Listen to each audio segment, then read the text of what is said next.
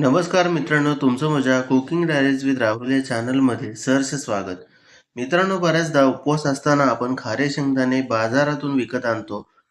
पण आज मी हे खारे शेंगदाणे अगदी मार्केटपेक्षाही चांगले घरच्या घरी बनवलेले आहेत. फक्त एकदाच हे असे खारे शेंगदाणे घरी करून पहा. तुम्ही मार्केटमधून खारे शेंगदाणे आणणं सोडून द्याल. तर भट्टीसारखे खारे शेंगदाणे घरच्या घरी कसे बनवायचे, चला बघूयात. तर सर्वात आधी इथे मी 2 वाटी शेंगदाणे घेतलेले आहेत. हे शेंगदाणे लाल कलरचे आणि मोठ्या आकाराचे आहेत. शक्यतो सोलापुरी शेंगदाणे हे खारे शेंगदाणे बनवण्यासाठी वापरले जातात. तुमच्याजवळ हे सोलापुरी शेंगदाणे नसतील तर रेग्युलर शेंगदाणे वापरले तरी चालतील. आता हे शेंगदाणे आपण शिजवून घेऊयात. त्यासाठी मी भांड्यामध्ये पाणी घेतलेलं आहे. आता या पाण्यामध्ये मी 2 चमचे मीठ घालत आहे. तुम्ही बारीक मीठ किंवा मोठं मीठ यातलं कोणतंही मीठ वापरू शकता. आता आपण गॅस ऑन करूयात आणि पाणी उकळून घेऊयात. पाणी उकळायला सुरुवात झालेली आहे. आता आपण यामध्ये शेंगदाणे घालूयात.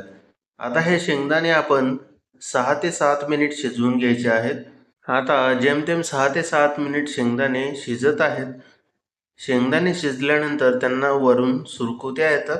जर सुरकुत्या दिसत नसतील तर अजून 2-3 मिनिट हे शेंगदाणे तुम्ही शिजवून घेऊ शकता.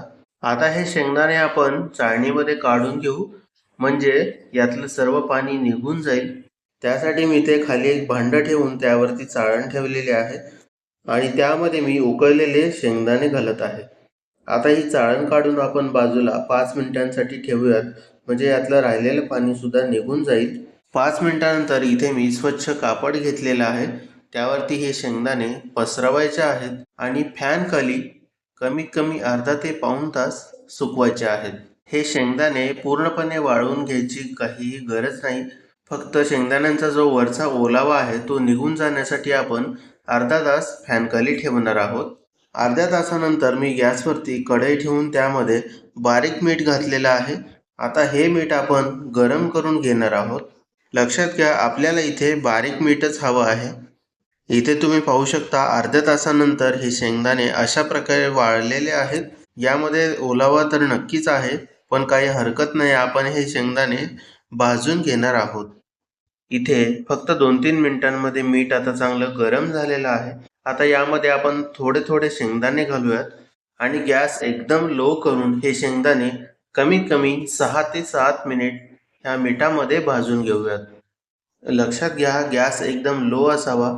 तसेच शेंगदाणे थोडे थोडे करून घालायचे आहेत, कारण जर जास्त शेंगदाणे आपण घातले तर या मिठाचं तापमान अचानक कमी होईल आणि शेंगदाणे भाजायला बराच वेळ लागेल. आता हे शेंगदाणे सतत हलवत राहून 6 ते 7 मिनिट चांगले भाजून घ्यायचे आहेत. हे शेंगदाणे चांगले भाजले आहेत की नाही ते कसे कळणार, तर जेव्हा हे शेंगदाणे भाजले जातील त्यावेळी त्यांचा तडतडण्याचा आवाज येईल. तसेच शेंगदाण्याचं जे टर्पल आहे ते वेगळं व्हायला सुरुवात होईल. 6 ते 7 मिनिटानंतर शेंगदाणे आता तडतडायला लागलेले आहेत. तसेच टर्पलही वेगळे व्हायला लागले. आता हे शेंगदाणे आपण बाहेर काढून घेऊयात. त्यासाठी काय करायचं, एक झारा घ्यायचा आणि त्याने चाळून हे शेंगदाणे अलगदरित्या बाहेर काढायचे.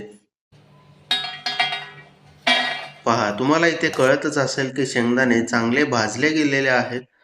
त्यांचा आवाजही खूप येत आहे. तुम्ही इथे पाहू शकता शेंगदाण्याचे साल एकदम सहजरित्या निघत आहे आणि शेंगदाणे आतून छान भाजलेही गेलेले आहेत.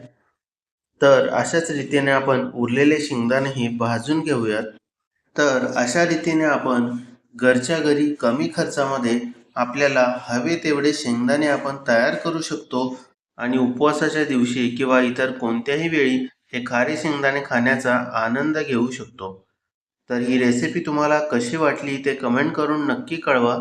माझ्या चॅनलला सबस्क्राईब अजूनही केलेलं नसेल तर नक्की करा.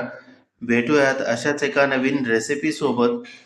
तोपर्यंत खा प्या मस्त रहा. धन्यवाद.